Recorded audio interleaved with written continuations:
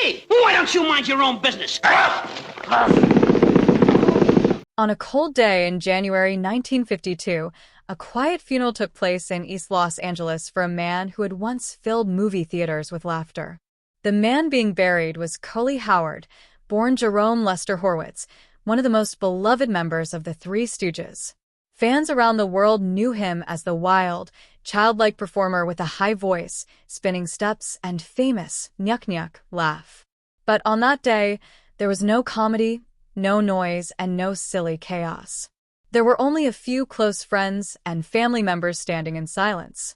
His older brother, M.O. Howard, stood near the grave with deep sadness in his eyes. Their brother Shemp Howard and their longtime friend Larry Fine were also there, grieving not just for a coworker, but for someone they loved deeply. Coley had died at the age of 48 after years of poor health and several devastating strokes that left him unable to speak or care for himself. Yet what made this funeral even more surprising was the presence of one unexpected guest.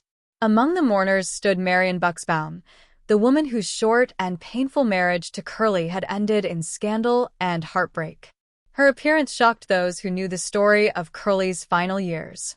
To many, she represented one of the most painful chapters of his life.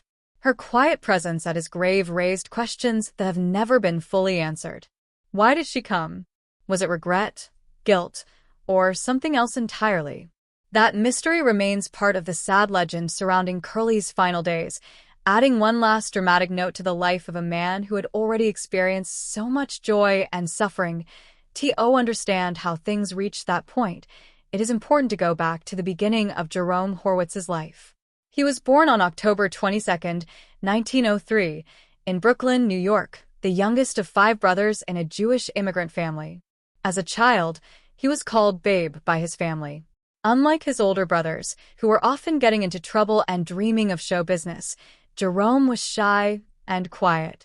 He was not very interested in school, but he was athletic and loved sports, especially basketball. He was also known as a talented ballroom dancer, moving smoothly across dance floors in local halls. During his youth, he even crossed paths with a young George Raft, who would later become a famous Hollywood actor. Jerome was handsome, with thick brown hair and a stylish mustache, and few could imagine that he would one day shave his head completely for comedy. A tragic accident during his teenage years left a lasting mark on him. While cleaning a rifle, it went off and shot him in the ankle. The injury caused a permanent limp. Doctors suggested surgery, but Jerome was too afraid to go through with it. Instead, he learned to live with the limp. Years later, when he became famous, he cleverly turned his unusual walk into part of his comedy act, making it seem like a funny dance instead of a weakness. This early experience shaped him deeply. It taught him how to hide pain behind humor, something that would define much of his life. Jerome's path into show business came through his older brothers, who were already performing in vaudeville.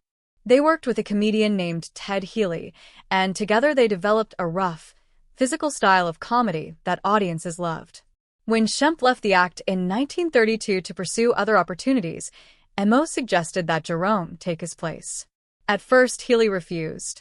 Jerome looked too handsome and polished to play a foolish character. Determined to prove himself, Jerome made a bold choice.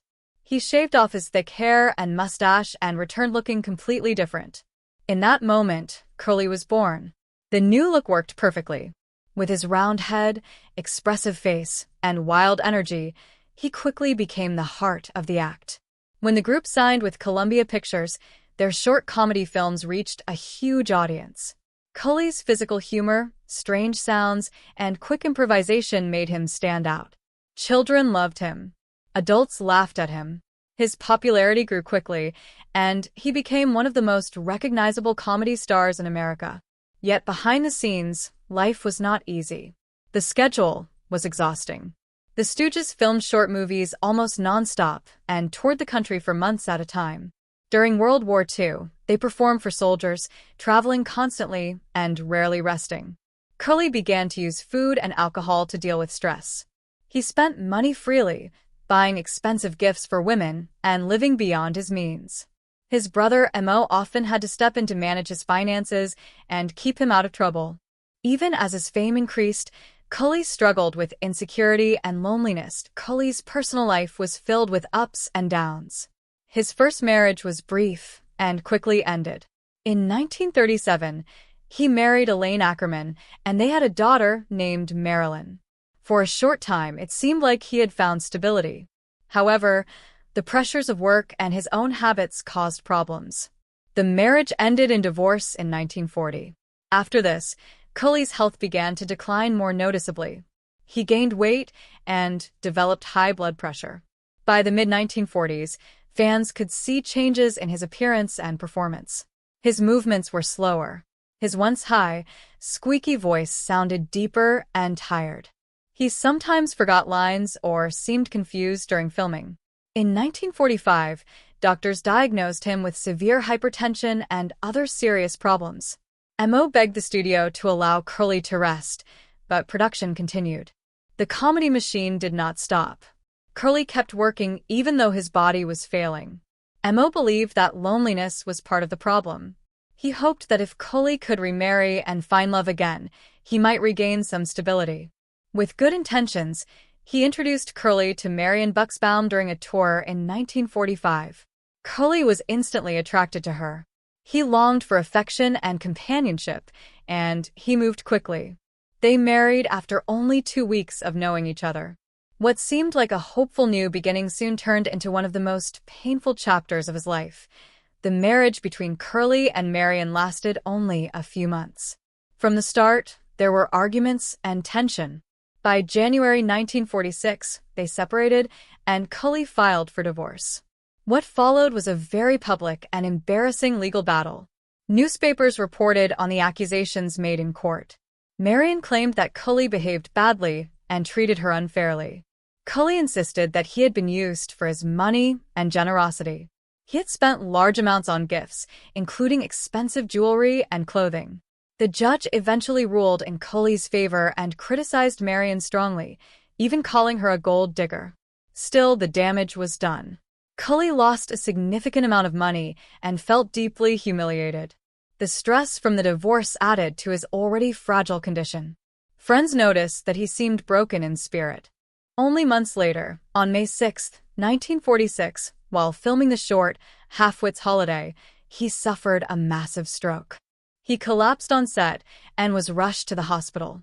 That moment ended his career as an active member of the Stooges. Though he would make brief appearances later, he never fully recovered. The lively, energetic performer was replaced by a man struggling to speak and move. The laughter that had once come so easily was replaced by silence. In the years after his stroke, Cully's life became quiet and painful. He spent time in hospitals and care facilities. His brothers visited him often, trying to lift his spirits. Though he could no longer perform, the Stooges continued making films with Shemp returning to the group. Cully's condition improved slightly at times, but he never regained his former strength.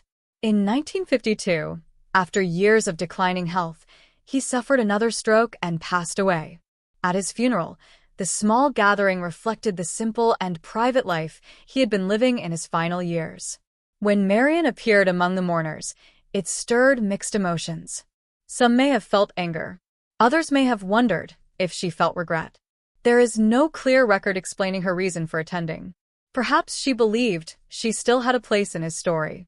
Perhaps she wanted closure. Or perhaps she simply came to say goodbye.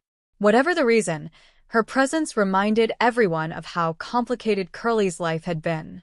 He had been a man who made millions laugh, yet he often struggled to find happiness for himself. Today, Cully Howard remains one of the most famous comedians of his era. New generations continue to discover his work through television and online videos. His expressions, timing, and fearless physical comedy still feel fresh and funny. Behind that laughter, however, was a sensitive man who faced deep challenges. He dealt with injury, insecurity, financial trouble, and serious health problems. He loved deeply and trusted easily, sometimes to his own harm. The story of the unexpected guest at his funeral adds one more layer to his legend. It shows that even after death, the past can follow us. Cully once worried that he would never make children laugh again. He was wrong. His films continue to bring joy around the world. Yet his life also serves as a reminder that fame does not protect a person from pain. The laughter on screen often hides struggles behind the scenes. In remembering Curly, we celebrate not only the comedian but also the human being who gave so much of himself to make others smile. As the years passed after Curly's death, the legend of Curly Howard only grew stronger. Television played a major role in keeping his memory alive. In the late 1950s and 1960s, the short films made by the Three Stooges were shown again and again on local TV stations across the United States. Children who had never seen the Stooges in theaters suddenly discovered them after school each day. For many young viewers, Curly became their favorite. His wide eyes, spinning movements, and strange sounds felt fresh and funny, even though the films had been made decades earlier.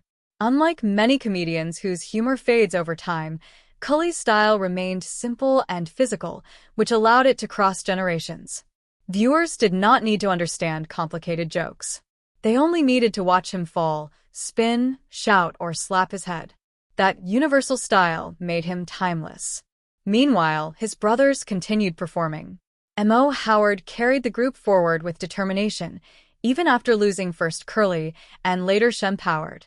Larry Fine remained a steady presence.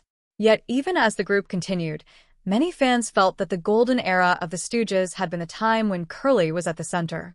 His energy had been unique. He had a natural talent for improvisation that could not be copied. Directors often allowed him freedom on set because he could turn simple scenes into unforgettable moments. The pie fights, the spinning dances, the sudden bursts of strange language, these were not always fully scripted. They came from Curly's quick mind and fearless spirit. Sadly, the same intensity that made him great on screen also seemed to burn him out off screen. His body could not keep up with the pressure, and the industry at that time did not always protect performers from overwork. Looking back today, many people see his story as a warning about the cost of non-stop fame and physical comedy. The question of Marion Buxbaum's appearance at the funeral continues to interest fans and historians. Very little official information exists about what she felt or why she came. After the divorce, she largely disappeared from public attention. Unlike Curly and his brothers, she was not a public figure, so there are few interviews or statements from her side. This lack of information has allowed many stories and opinions to grow over time. Some believe she attended out of guilt, realizing that her short marriage had caused stress during Curly's final healthy months. Others think she may have simply wanted closure, as even painful relationships leave emotional marks. It is also possible that she felt she still had a right to attend, as she had once been his wife, even if only for a short period. Without direct evidence, no one can say for sure. What is clear is that her presence created strong feelings among those who knew the details of the divorce. For M.O. Howard especially, seeing her may have been difficult. He had introduced them with good intentions, hoping to help his brother find stability. Instead, the marriage had ended quickly and publicly. Still, history rarely fits into simple good and bad categories. Relationships are complex, and health problems often have many causes. Curly's strokes were linked to long-term high blood pressure, weight gain, stress, and lifestyle habits that had developed over many years. While the divorce may have added emotional strain, it was likely only one part of a much larger picture. Understanding this helps paint a fuller and more balanced image of Curly's life. Remembering Curly today, it is important to see both sides of his story. On screen, he was fearless and wild. He allowed himself to be hit, poked, splashed, and knocked down in ways that few performers would accept.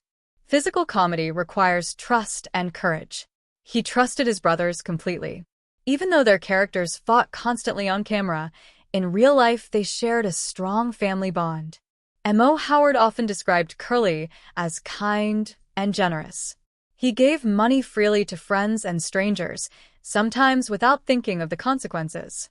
That generosity sometimes left him in financial trouble, but it also showed his open heart. His insecurity about his shaved head and appearance may have driven him to seek approval from others, especially women. Fame brought attention, but it did not always bring the deep connection he wanted.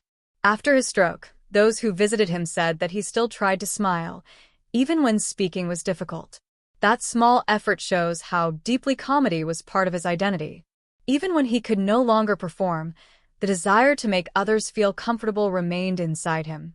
This human side of Curly makes his story even more powerful. He was not just a funny character. He was a sensitive man who carried both talent and vulnerability. Today, historians and fans continue to study the early Hollywood era to better understand what performers experienced. The film industry during the 1930s and 1940s moved quickly. Studios such as Columbia Pictures focused heavily on production schedules and profits. Short comedy films were made efficiently and cheaply, often with little time for rest between shoots. Contracts were strict, and actors had limited control. In that environment, performers who relied on physical humor faced extra strain.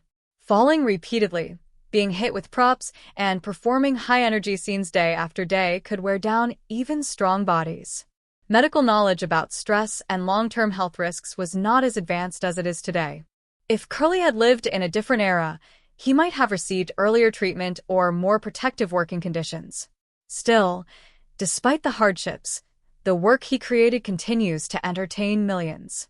His films are preserved, studied, and celebrated. Museums and classic film festivals often include Stooges screenings. Comedy performers frequently mention him as an influence. His style of exaggerated reaction and bold physical movement can be seen in many later comedians. In the end, the story of the unexpected guest at Cully Howard's funeral adds a final layer of mystery to an already emotional life story. It reminds us that even after fame fades and cameras stop rolling, human relationships remain complicated. A funeral is often a place where past conflicts meet present grief. Whatever Marion Buxbaum's reasons were, her appearance became part of the legend. Yet beyond that single moment, Cully's true legacy lies in the laughter he left behind. Decades after his passing, children still copy his sounds. Adults still remember watching him with family members long ago. His work has outlived the sadness of his final years. Though his life contained pain, illness, and disappointment, it also contained joy, creativity, and unforgettable talent. By looking at his story with honesty and balance, we can appreciate both the bright and dark parts. Cully Howard was more than a character with a shaved head and funny voice. He was Jerome Horwitz, a man who gave his energy